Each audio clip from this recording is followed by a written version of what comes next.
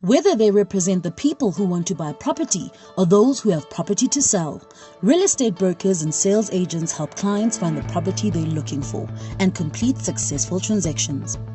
Most agents and brokers work with either home or business properties. They show properties to customers, travel to see properties for sale, and meet with potential clients. They also present purchase offers and manage negotiations between buyers and sellers. Agents and brokers invest a lot of time looking for clients and for property to sell. Real estate sales agents must work for brokers who are licensed and own their own businesses. Agents earn a commission for the sales they make.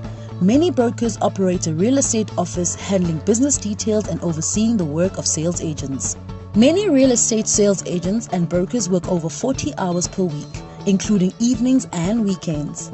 Some work part-time and set their own hours, combining real estate activities with other careers. Licensure is required for all brokers and agents. A broker's license requires from 1 to 3 years experience as a licensed real estate sales agent.